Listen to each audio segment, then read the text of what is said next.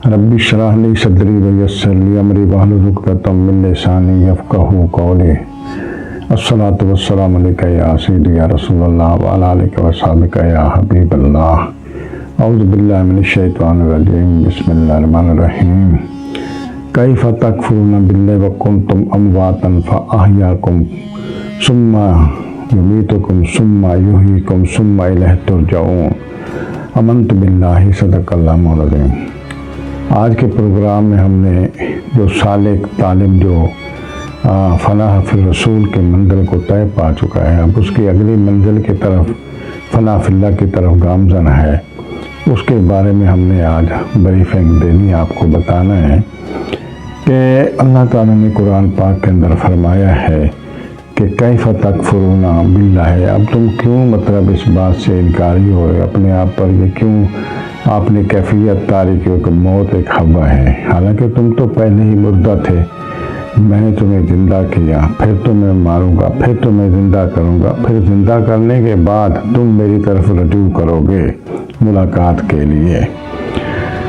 تو بات یہ ہے کہ انسان جو ہے وہ اس بات کو سمجھنے سے قاصر ہے، اس کو سمجھنا چاہیے کہ اللہ قادر مطلق ذات ہے،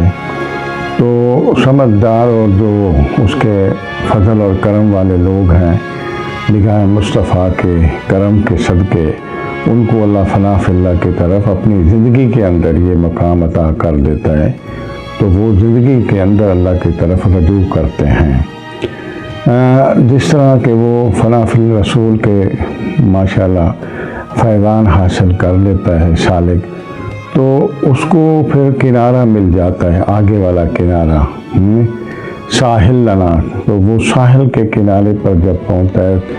تو اس کو آگے کی پرواز کا منزل آ جاتی ہے، پرواز کی، جس طرح ایک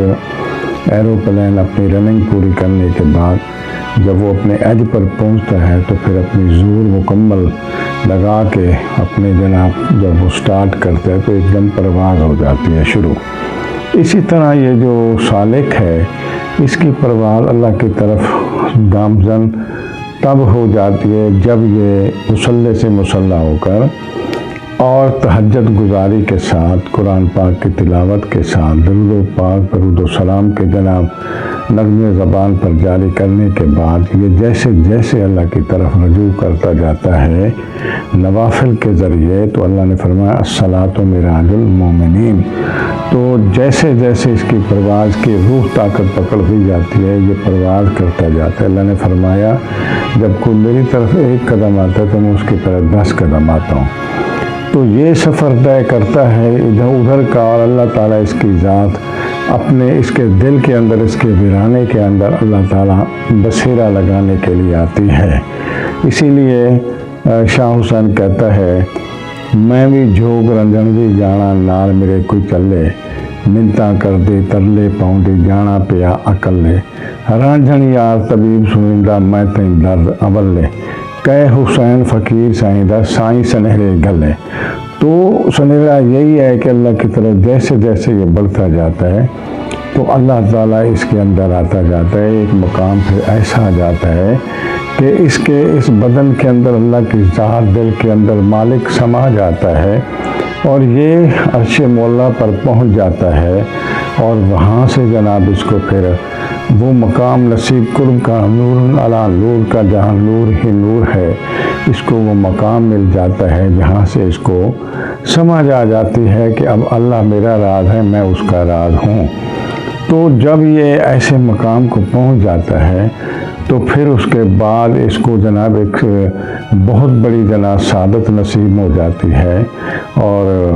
یہ ایسے ہے کہ جب سے جانا ہوا میرا تیرے مے خانے میں، سرے وحدت کا کھلا نور تیرے دیوانے میں،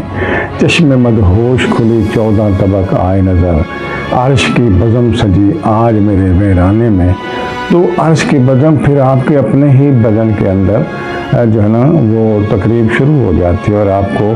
فلاح فی اللہ کی جناب جو ہے وہ مقام کو آپ پانے لگ جاتے ہیں۔ اور اسی طرح وہ کہتا ہے کہ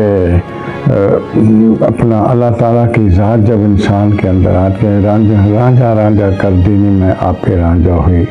سدونی میں ندیدو رانجھا ہیر لاکھو کوئی، رانجھا میں رانجھے وچ ہور خیال نہ کوئی۔ تو پھر یہ اللہ کی قدرت کا شاہکار ہو جاتا ہے اور اللہ تعالیٰ اس کے اوپر نظر عنایت کرتا ہے، اور انشاءاللہ اس کے پروگرام کے بارے میں مزید آگے آپ کو بتائیں گے۔ تب کے لیے اجازت دیجیے۔ وما توفیق الا باللہ۔ السلام علیکم، آپ کا خادم مختار۔